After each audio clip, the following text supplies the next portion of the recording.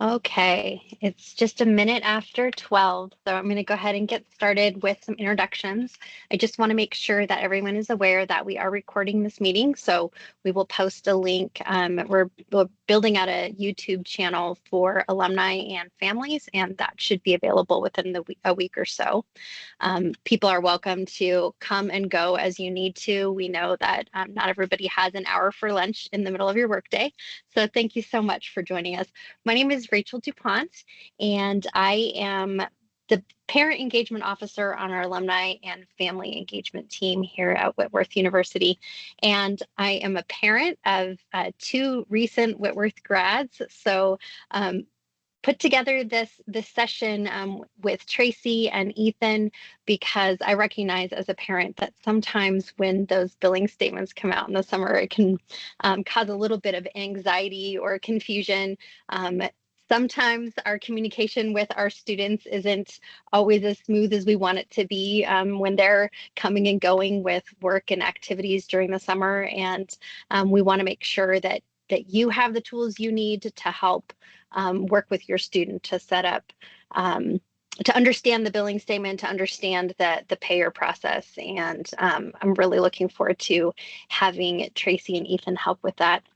A few of you may have received an email, hopefully many of you who are parents of incoming first year students may have received an email this morning actually introducing myself and my team to each of you.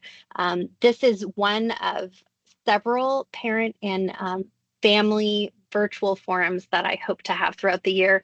And Traci has been a really big supporter and help in kind of starting to do those. So without further ado, I'm going to kind of turn this over to Traci and encourage you to, if you have questions, please type them in the chat. If you don't have access to that chat window easily, maybe you're on your phone or something like that, feel free to just jot it down and we will have time for questions. And we're going to be focusing more on the general overview. So if you have some kind of nitty gritty details that you think might need the attention of one of our staff members kind of in a one-on-one call, we're also going to provide contact information for you at the end of the session. And I think that's it. Traci, do you want me to go ahead and start sharing the screen? Please do. Thank you so much, Rachel. I'm delighted to be here this afternoon with you. My name is Traci Stensland, and I serve as the Assistant Vice President for Student Financial Services here at Whitworth University. Student Financial Services is a combination of our financial aid team and our student accounts team.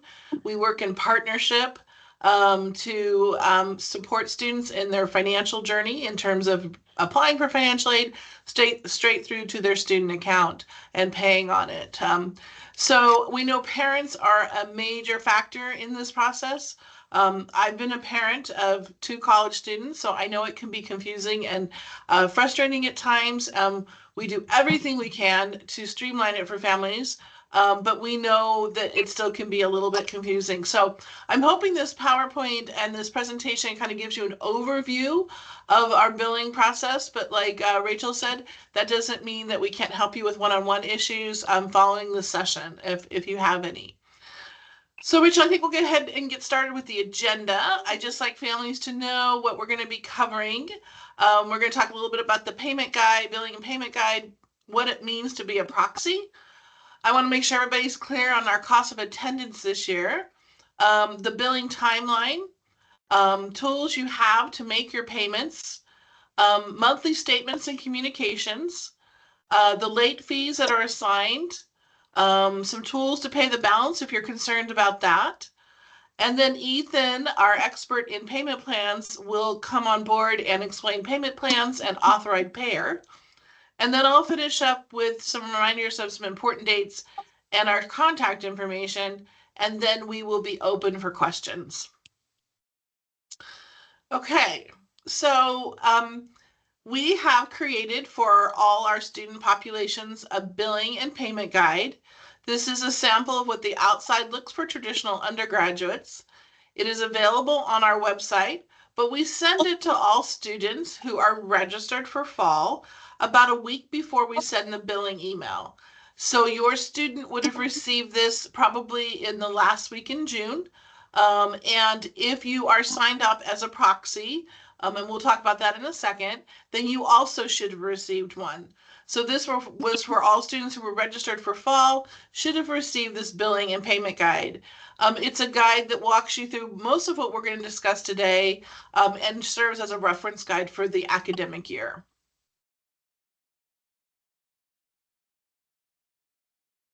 Okay, so families, so parents, if you are a new incoming parent, then we can talk to you until you drive off campus and you leave your sweet student with us. At that point, your student then is protected under FERPA, and we can no longer talk to you unless your student gives you permissions, and that means assigning you as a proxy. So for returning students, if you are a parent and you aren't already a proxy, again, we highly encourage all parents or guardians who are going to be involved with the billing process and financial aid process to ask their student to assign them a proxy. At that point, then when you do call in, we will check to make sure that you are listed as a proxy before we discuss any information with you, which protects your student. In the billing guide, if you go on to the next page, Rachel, is we have provided the steps to assign a proxy. So it's all written out there for you. It's also on our website, but it's a pretty quick process for families. I've had parents call in and then learn they were not a proxy, but called their student, or I think texted them on the phone, sent the student the directions, and within minutes the student had given permissions to the parent to be a proxy, and we were able to discuss the situation. So really important this happens for families. Okay. In February, our president and CFO drafted a nice letter of explanation of our financials for the 24-25 academic year. And in that letter outlined the tuition fees and room and board costs for next year. Those are the direct costs charged by the institution. And those costs did go up slightly, so just be aware of that. Sometimes that letter gets missed, and so we just want you to be aware. And then when we calculate a student's financial aid, I just wanted you to be aware that we don't just take into account the direct costs, the tuition fees, room and board. We also take into account what we refer to as the indirect costs, off campus, books and supplies, transportation, and personal expenses. So that's just an overview. Again, this is also presented on our website and in the guide. Did we have a question, Rachel? I saw come up on the chat. Excuse me, I just commented that I have linked to the billing and payment guide that you referenced in the email I sent out to them as well. I don't see any other questions. If I am wrong about that, though, feel free to jump in. I think Traci has her hand up. Okay, yes. Traci. Going back to the proxy, yes. Why? Can you explain why? Why do students need to do that? Like, why can't I just see my student's bill? Why do they have to sign a proxy form? Because that information is protected under the Family Educational Rights and Protection Act. So when a student turns 18 and is enrolled in an institution of higher education, they are protected under FERPA. Okay, so it's the fact that they've turned 18 and they're adults now. No, and it's very confusing for families because the parent sometimes will get very frustrated with us because the parent's the one paying the bill, and we have the joy of telling the parent we can't talk to them. And they're like, well, wait a second, but I'm paying the bill. And but at age 18, your student is protected for all that information, including grades and everything academic, everything health-wise, everything personal on campus. Okay, thanks. Sure. Okay, thanks, Rachel. All right, so this is the timeline for this upcoming academic year. And I'd just like to go over it so that families know kind of where we're going this summer and how things will look for this spring. As I noted, we went ahead in late June and sent out the Whitworth billing and payment guide. And last week, we sent out the billing communication email that all families should have received if the student was registered at that time. So as students register throughout the summer, if your student happens to be a student that's going to register a little late this year, then we will catch that. We have a way of catching that, and we will push that email out to you with the billing information. We ask that you review the financial aid and review the balance, if there is one, due after the charges have been applied. So you want to be in self-service, maybe with your student or as the proxy, and reviewing the charges and the financial aid, and then determining if the family owes anything, if there's a balance due. If the student is going to register for for greater than 16 credits, that there is going to be an overload charge that is applied after the student is here on campus. So just keep that in mind if that's something you might want to talk to your account rep of how to build that into the balance. We're asking that all students determine how they're going to pay their balance if they have one by August 9th. Our 4-month payment plan closes August 14th. Families that wanted a 5-month payment plan for fall at this point can make a payment on the student account and then set up the 4-month payment plan. The 5-month payment plan expired on July 15th. So it was kind of a quick turn after we're able to send our billing emails. So, but we can still accommodate that if that's something that you want. For returning families, you might notice that we've changed payment plan providers. We've moved from Nelnet to Transact.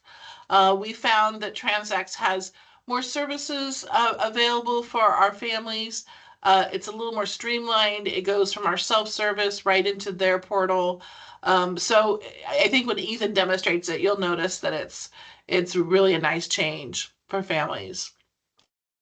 Then on August 9th, hopefully we know how you're paying that balance, and all is good. Again, August 14th is the last day of the 4-month payment plan. If there's a balance owing at the start of the semester, the student can start classes, but we will only allow that student to stay in classes for about a week, at which point we will start the steps to have the student leave for the semester. We don't want students carrying on a balance from the previous year to the next year. So if you have a student that might be in that situation, please work closely with your financial aid counselor and your student account rep. We don't like those situations, but we also don't want to disperse financial aid or have charges for a semester where the student perhaps can't afford that. For spring term, we will send the billing and payment guide again in late December after finals. And just remind families that in early January, we'll be sending a billing communication email. So it's very similar to the pattern that occurred this summer. We ask again that the charges and financial aid are reviewed and that the balance is settled by February 10th. And the last day for the 5-month payment plan will be in January 14th. So again, it's a quick turn, but if the family wants that, we can accommodate that. And then the 4-month would be February 14th. So the same thing holds true in spring. We ask that you don't carry balances forward.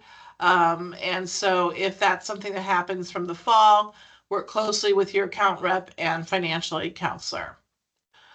So that was a lot with the timeline. Were there any questions so far before we keep moving on? I have a question. Sure. Which billing statement will Jan term be reflected on? Spring. That's a good question, Spring. Rachel. Yeah. We wait for the student to actually register for Jan term before billing for it, and if we have to make any financial aid adjustments. If your student decides not to take Jan term, we do have to make a financial aid month calculation to their file. It's kind of transparent to you. And in some rare cases, it'll make a difference in the financial aid offer if the family has borrowed a parent loan up to the cost of attendance. So we anticipate the student doing Jan term. If the student doesn't do Jan term, then we have to make some adjustments. I saw another question come through on chat. Did you want to read that? The question is, do we have to pay the payment plan fee every semester? Yes. Yeah, it's $50 each semester, but there's no interest charges on the balance throughout the semester.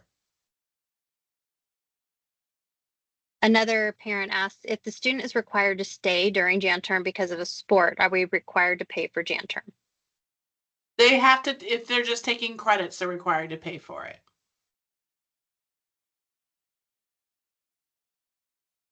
Any other questions before we move on to the next screen? Okie doke. I'll go ahead and move forward. Oh, actually, if the student is required to stay Jan term because of a sport, we already asked that. Okay, so no fee if no credits are taken, correct? Right. Okay. Okay, monthly billing communications.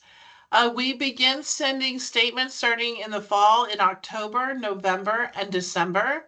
And then again in spring, we send a statement or encourage you to view your statement in March, April, and May.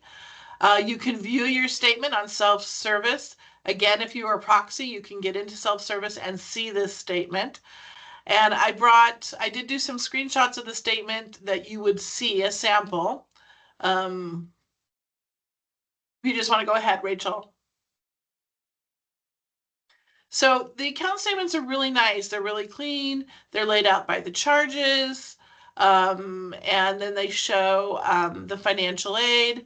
They're going to show the course schedule that the charges are based on. You can go to the next slide, Rachel. It shows all the fees, the room and board, the payments. So it's a nice overview of the account activity. And we ask that families review that monthly throughout the semester. So in case there's been some discrepancy or a payment isn't reflected for some reason, or a scholarship isn't reflected, that we can get it reconciled as quickly as possible.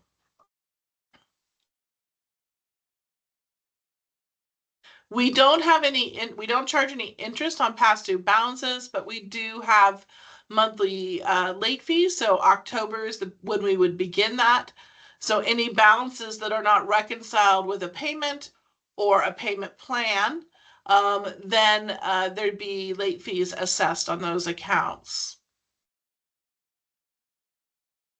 Before we move on, there's another question about the proxy. Is that the same as the FERPA waiver form?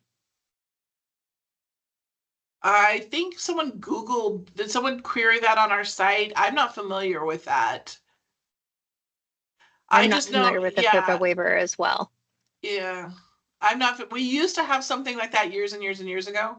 But what you want to do is the proxy process.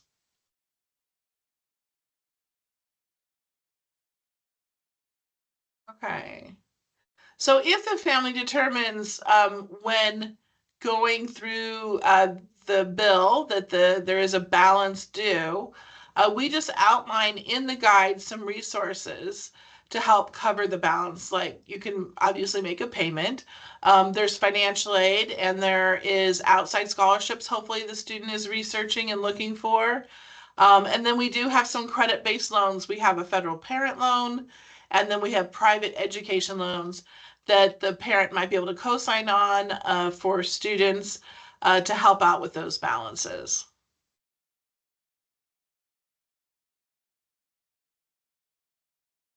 Okay, so at this point, often what families do is they might cover part of the balance with a payment or a parent loan, but then want to also do a payment plan. Some families want to put everything on a payment plan. So, you can be creative in how we handle the balance. But I'm going to ask Ethan to jump on now and talk to you a little bit about setting up the payment plan through Transact. He is our resident expert these days. Awesome. Thanks so much, Traci. Let me go ahead and share my screen here. So yeah, as Traci mentioned, we did transition from Nelnet to Transact, and I wanted to join this forum with you all today to just kind of demo how to access Transact, just because it is different from Nelnet. So yeah, starting from the very beginning, you can find Transact within the self-service portal. So easiest way to get to self-service, Google, and just Google Whitworth self-service. It'll always be the first link. And then here is where you would sign in with your proxy login. So I'm currently logging in as a student because I am a current student here. But in that sign in, you would just use your proxy login once your student adds you.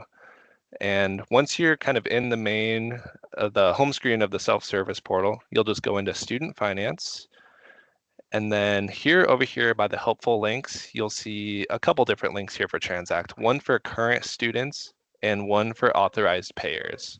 So since I'm a current student, I would select the Transact current students link. And there we go. It'll have me do the duo factor authentication really quick.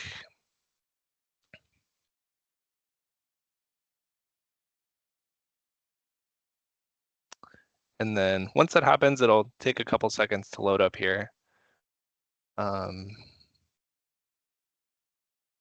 There we go. Okay. So this will be what the main Transact portal will look like once you sign or once your student signs in. So you can see that the balance is displayed directly on Transact, which is nice. That was never something we had with Nelnet. You had to go to self-service first to see the balance and then go to Nelnet. Transact, they're connected, so that makes it a lot easier. And then, if you want to do the payment plan, you would just select this view payment plan options here. And then here you would see the total amount being set up on the plan, the $50 enrollment fee, and then the payment schedule. So since we're past the July 14th date, we just have the 4-month option with payments beginning August 15th and then continuing on through November on the 15th of each month. So I'm not going to go any further on this just because I don't want to sign myself up for a payment plan, but you would just basically select enroll in plan, and then the $50 enrollment fee would be due at the time the payment plan is set up. And then, yeah, that's pretty much kind of all there is to it with the payment plan. It'll just have you go through a couple screens and put in your financial information for how Transact will pull the payment. It'll give you your payment schedule and things like that. So that's kind of how your student would set up a payment plan. If you're in a situation where you just want to pay the balance in full, you can either come down here to this make a payment in the lower right hand corner. You can also go here on the left here, click make a payment. Either one will work. And here you'll see the balance due, and you can put in any amount here. There is a drop down as well, so you can select the full amount or select other amount and just put in how much you want to pay. And then from there, you'll scroll down, go to checkout. And then here's where you can enter your payment method. So you can do a credit or debit card, although there is processing fees associated with paying with a debit or credit card. You can also enter a bank account. So put in your account number and the routing number and have it pulled directly from your account. And if you have a 529 savings plan, we even have that as a payment method. So you would just need to fill out some information here to have it pulled directly from your 529 account. So those are kind of the different ways you can pay. Let me go back here, exit. And what's nice too is you can see any transactions that you've made. So obviously I haven't made any transactions, but you would see them all listed here. Any transactions that were made on your student's account, you could see them here. Ethan, yes, do you want to comment on what might happen if their financial aid is revised or something changes with their account? Yeah, of course. That's a really good question. So what happens is, let's say you set up the payment plan for this 9225, and then your student, after the payment plan's been set up, they get an additional scholarship, let's say for 1,000. So it drops the bill by $1,000. Transact, it will detect that the balance changed, and it will reduce your payment plan automatically by the 1,000. And so you'll get, if you're an authorized payer, which I'll show you how your student can add you as an authorized payer, there would be emails sent out mentioning that there was like an adjustment to your payment plan. It would be an email sent from Transact, but it would notify you that the payment plan amount changed. And let's say the balance goes up. Let's say you set it up for the 9225, and then your student, kind of like what Traci was mentioning, they go into overload, and so they're billed that extra overload charge, after the plan's already been set up. Same thing, Transact would detect that there was a change in the balance and email the student and any authorized payers about that change. And you would need, they call it a balance consolidation. So you would have to actually agree to the balance increase in order for the payment plan to increase. So let's say the balance goes up by $1,000. If you never agree to that increase, your payment plan will stay where it was. You would need to accept the consolidation for the payment plan to increase. And the reason for that is,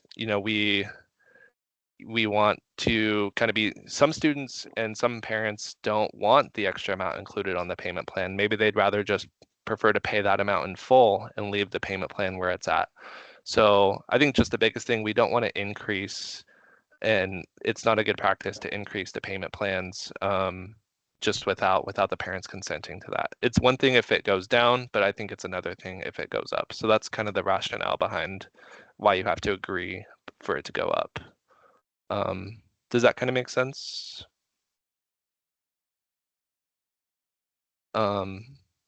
Okay.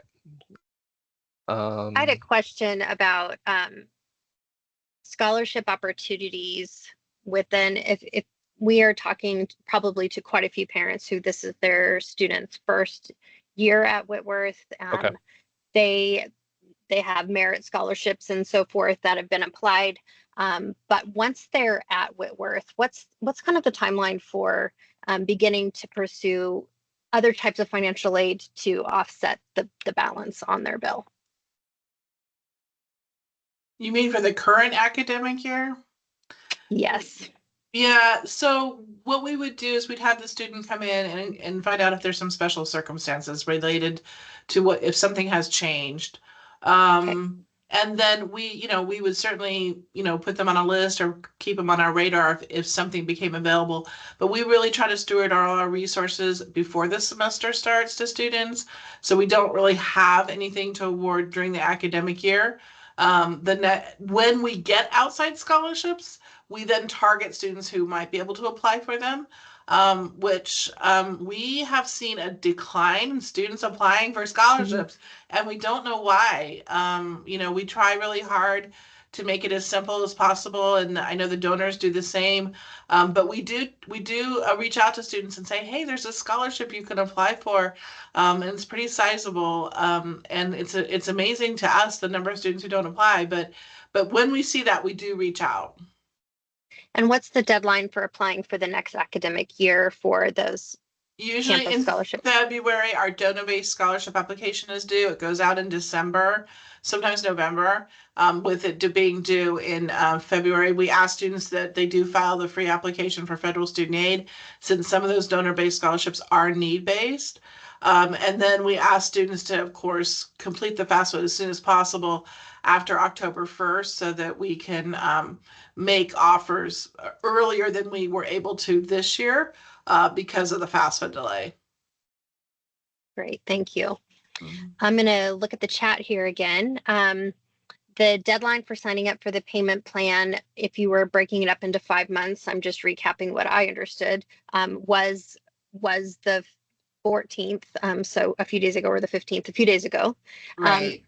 But parents can sign up, parents or students can sign up for payment plan, for a 4-month payment plan, as long as they do that by, was August 14th, is that right? That's correct. Yep. Okay. And then go ahead. 5-month payment plan for spring is still an option. They're going to have a deadline for that. That's going to be presented in December. Is that right? Right. It's in the guide already. It's in the guide. We've told families. And then we will remind them when we send the email out in January saying you have a quick turn. It's going to be January 14th that 5-month payment plan is due. Okay. And then we have a parent asking if a check can be sent instead of making a payment on the site. Yes, of Yep. course. Yeah. Of course. Yep. Just put attention. It's the main Whitworth address, and then just attention student financial services, and just make sure there's some way on the check to identify who the check is for, so we know whose account to apply it to. But yes, absolutely. Great. And then Yes. I just wanted to say too, like with the 5-month payment plan, no, it's a quick turn, but I've actually worked with quite a few families already who were past the deadline to sign up for the 5-month, but still wanted the 5-month. And to do that, all you have to do is just take this balance in the upper right, divide it by 5 for 5 months, and just make a payment. A payment for the 5th of the balance, and then sign up for the 4-month payment plan. So that essentially is a 5-month payment plan. If you think about it, you just make the first payment.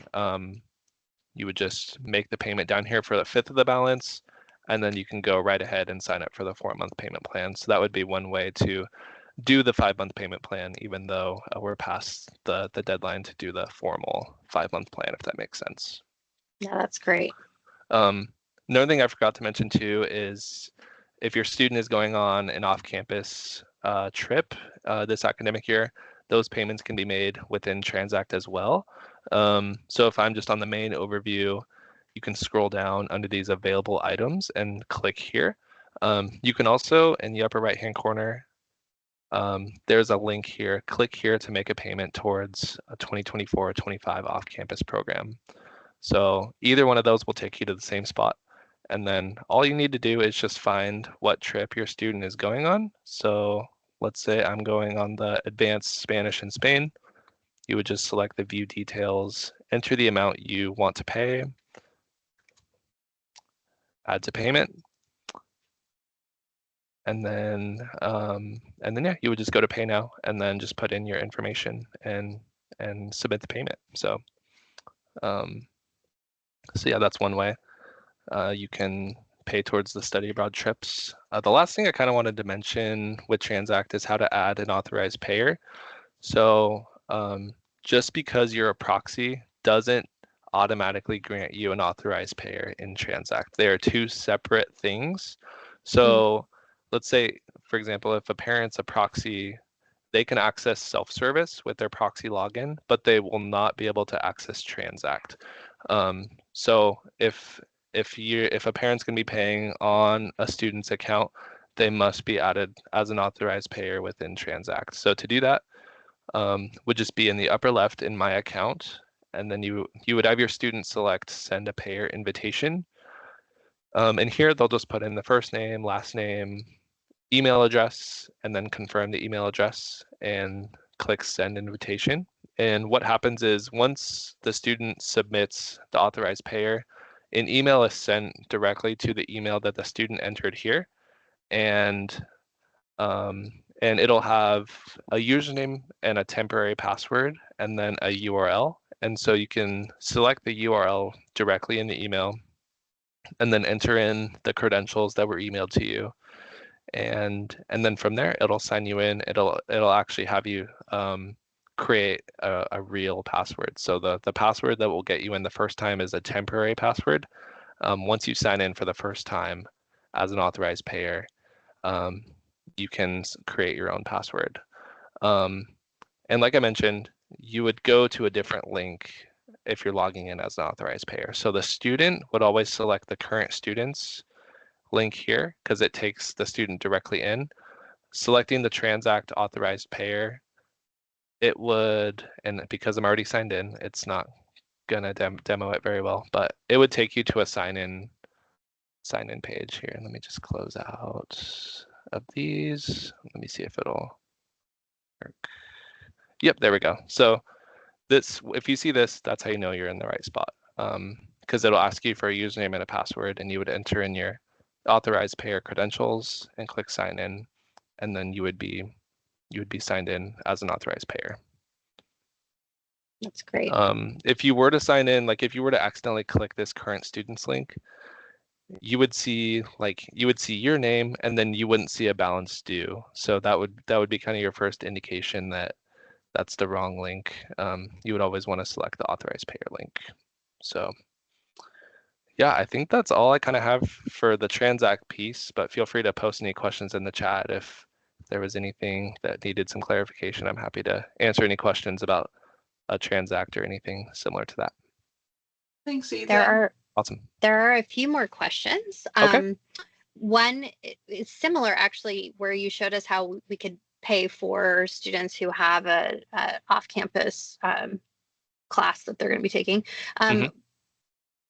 It says, if I have paid for all the fees for fall term, can I use Transact to make deposits for the upcoming spring term?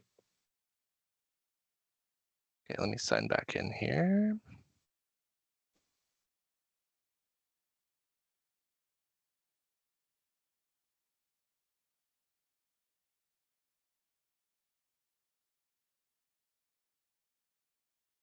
Okay, so.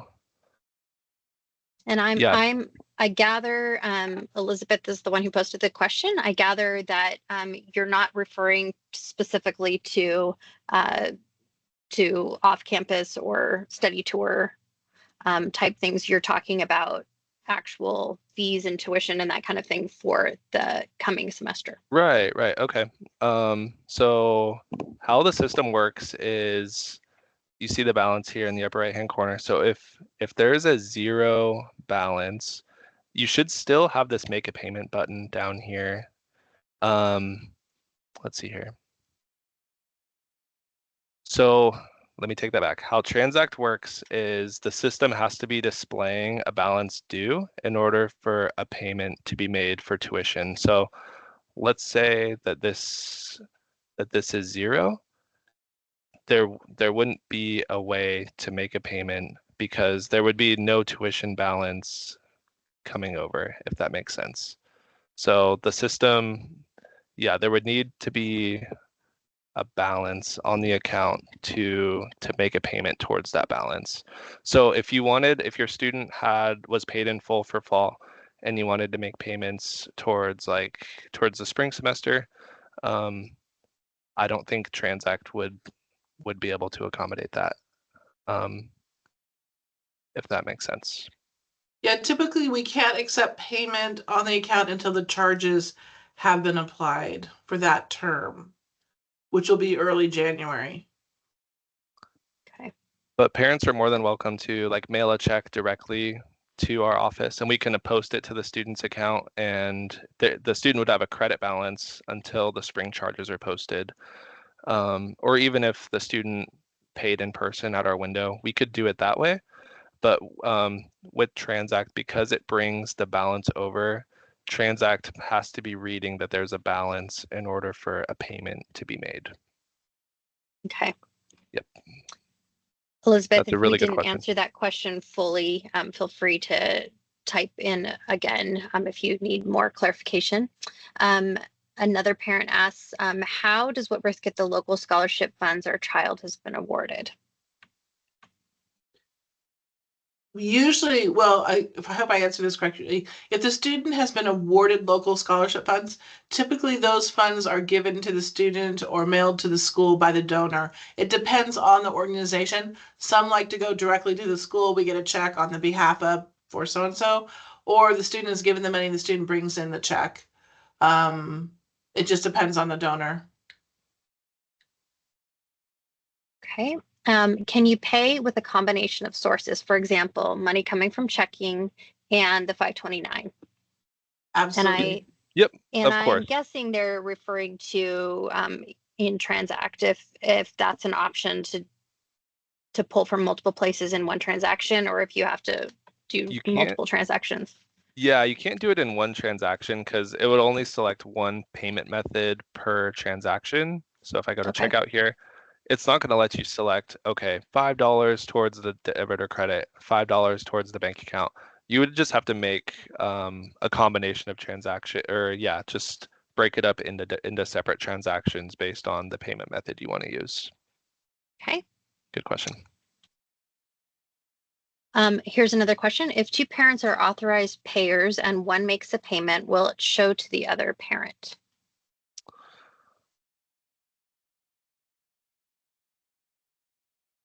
So if one parent is an authorized payer and then another parent is an authorized payer, if the authorized payer goes to transactions, it would list all the transactions that have been made for that student. And so just based on that logic, I'm thinking that it would display any transaction that was made to the student here. It wouldn't have I think the payment methods are specific to the authorized payer, but I think it would list all the transactions made to the student in this area here in the transactions tab. Another participant today said that her mom made a payment for her son and she could see the payment posted. So they were both payers in the system. That's great. Okay, how long does a transact payment take to be applied?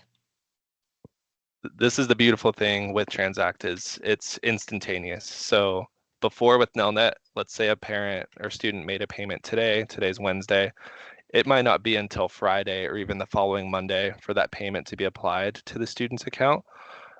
What's great about Transact is it'll post it right away. So the moment you submit the payment, an entry goes on to our system of the payment, and you'll actually be able to see it in self-service. So if I paid $10 here, put in my payment method, I could go right back here, refresh, and my balance would refresh, and the transaction would be in the student finance portal. I could go here, and I would have a payments bubble here, and I would just select the payments, and it would already be there.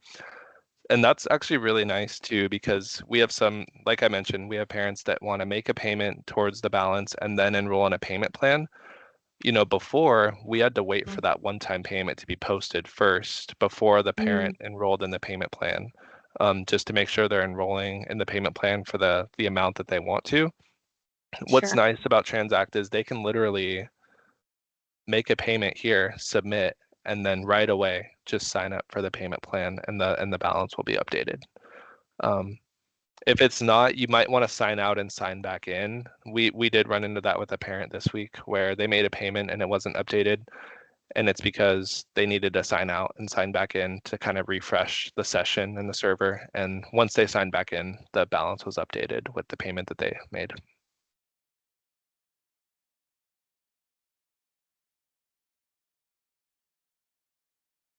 Okay.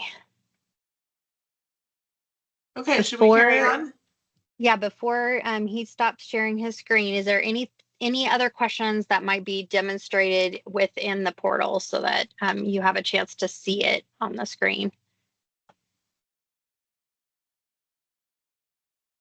All right.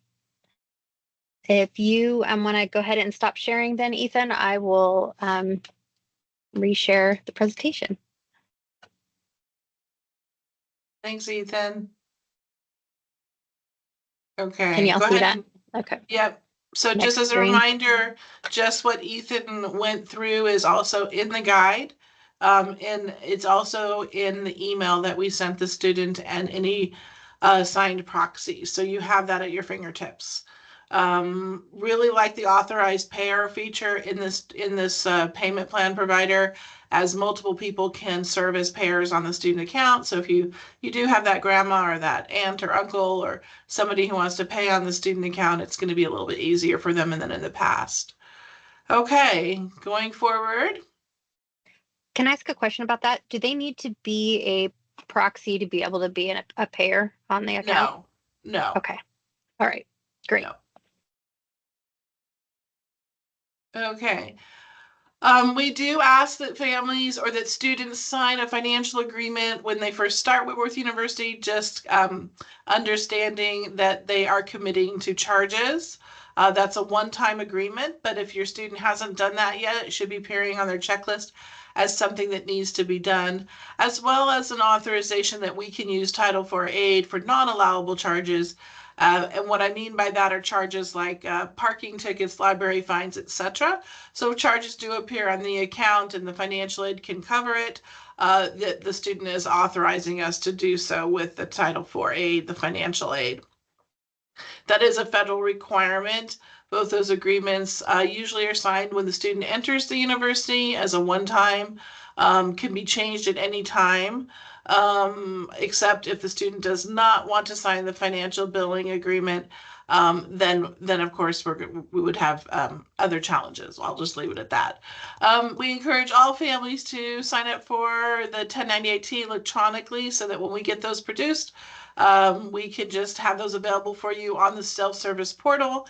And then we save a lot of trees by not having to mail them. Okay, so this is in your booklet, but I want to highlight it. It goes through our timelines for fall and spring with the refund calculation percentages. So as a student decides maybe the student needs to withdraw or drop classes, that this is going to be the refund schedule for both fall and spring. Then there are some specific federal and state refund policies. If the student were to withdraw, those dates are listed there as well. And then academic deadlines and registration dates. So it's just good to become familiar with these dates as students maybe are changing, adding, dropping classes, or if for some reason a student has to withdraw, a date can make a difference in what a student receives in a grade and receives in a refund. Okay, so if you do have questions about your billing and payment plans, there's our number for our student accounts. And then if you have financial aid specific questions, there's the number to give financial aid a call and our email. It's been a busy last few days, but we are here all summer from 9 to 4 through lunch if you need support. And for first year students, we actually have a dedicated student account rep for you. Who will be in contact with you if you have any questions or haven't been able to submit or want to submit a payment plan and you just need a little bit of help with that. So we are here for you. And now Ethan and I are both available for questions if you have any other questions that haven't come through that you would like to ask.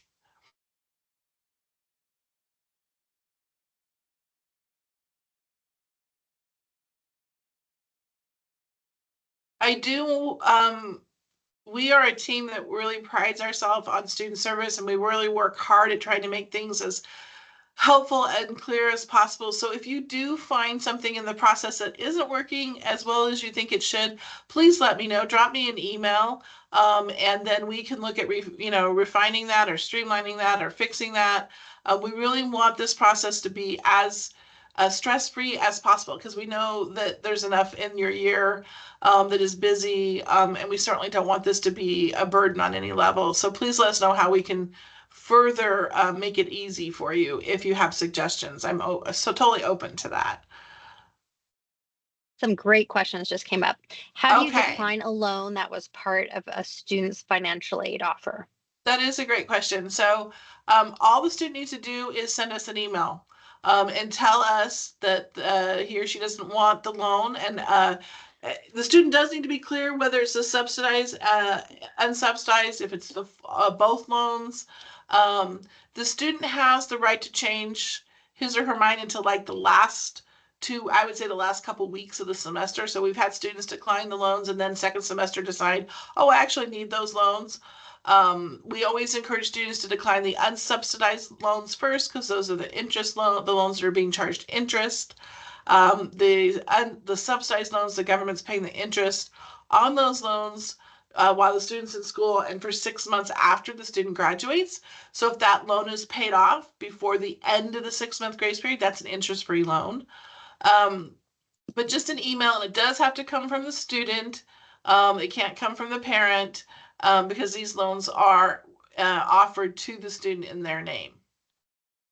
And is that only true for federal financial aid or for other type? Are there any other types of?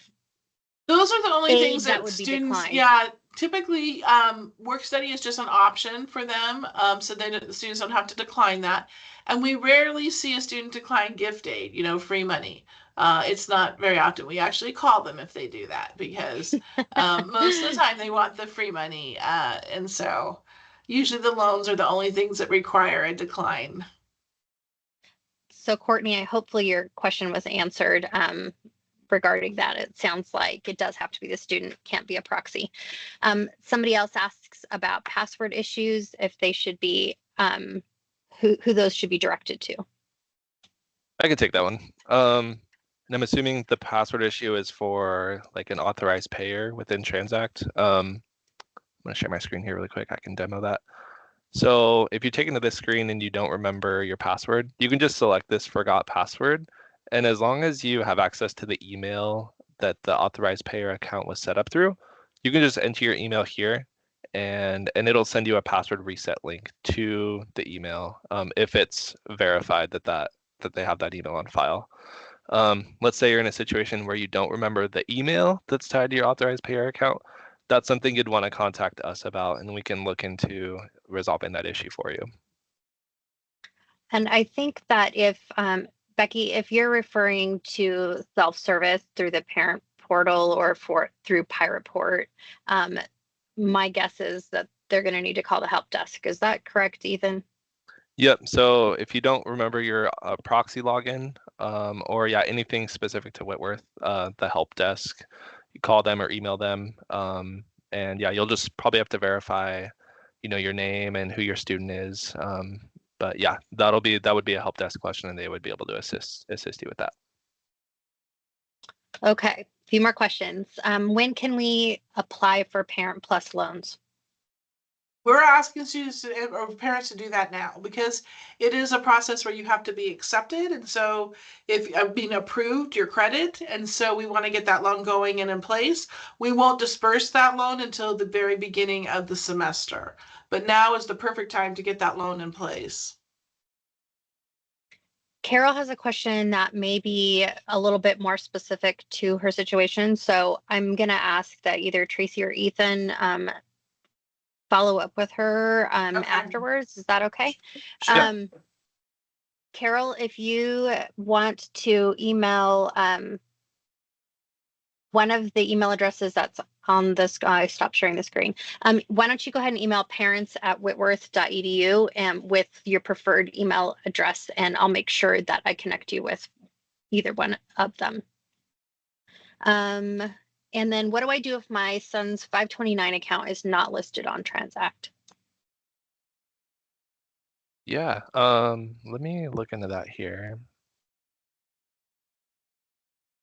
Because I'm not sure, I haven't looked far enough to see if there's a way where if the 529 plan isn't listed, if you can add that manually. But if that isn't an option, then I would just say that Transact probably wouldn't be able to do it through the 529, and you would just coordinate with your 529 provider on sending the funds directly to Whitworth and not through Transact. And Katie, I used a 529 plan for my daughter even this last year, and most financial providers who work with you on that account are really practiced in how to make sure they get those funds to the institution. So I do like how slick Transact looks like it is, though it linked. That's pretty great. But you should just be able to call your advisor, and they should be able to cut that check for you, from my experience as a parent. And one of the things we can do next year is we can look at what 529 providers are not listed, but that we are using, a higher volume of, and we can ask Transact maybe to add those. So we'll take a look at that for next year, getting those 529 providers that aren't listed, maybe listed on there, Ethan. That's great. Yep, Yeah. Absolutely. May, I believe that yes, you can still apply for Parent Plus loans. Oh, yeah. That process is kind of ongoing, but they're encouraging you to get it done as soon as you can. And then on the Parent Plus loan, how will we know how much we need for spring semester? It's a great question. Yeah, so there's information out on our website about how to do that, and we have an actual annual calculator you can use. But basically, the charges should mirror what the student has in the fall, unless the student's going to take overload past 16 credits. The only difference would be that $385 for Jan term. So typically the charges are the same, unless the student has Jan term or course fees that are going to be a little bit more, but typically they're very similar. And if they were to do a travel abroad in the spring, is that one of the types of course fees that you're referring to that might change No, that balance? travel abroad is a completely different, animal Okay. in itself. So if you have that question, then call your financial aid counselor, for sure. Yeah. All right. I'm going to ask for any last questions. We're about 4 minutes before the hour, and it's been a lot of information. I don't hesitate to reach out to Traci, Ethan, any of the members of their teams. I know that they're eager to serve your students and help navigate these waters that I know can sometimes be a little bit confusing, and things change from year to year a little bit too. So I'm learning new things about how things are being done right now. And I will also let you know that you're going to be hearing more from me this year than maybe in past years. One of the invitations that I want to extend personally is if anybody is interested in being a representative on our parent and family council. We have a group of parents who have just kind of an opportunity to speak to some of our leadership and speak directly into my life and the direction that I'm trying to take with parent engagement. And I would love to hear from you. So you can email me at parents@whitworth.edu if you're interested in that, and I'll follow up with you and have a conversation about that. I think that's it. Does anybody else have any questions? I don't see any other questions. I see a lot of appreciation. Thank you so much, everyone, for your kind remarks. Traci and Ethan, anything else before we wrap up? No, just know we're here for you, and we're anxious to serve your student. Yeah, I can't think of anything, but we appreciate you all taking the time out of your busy days to listen to this and let us know if we can help you with anything further. Thank you, everyone. Stay cool. Yes, for sure. Have a great day. Bye. Thank you. Bye.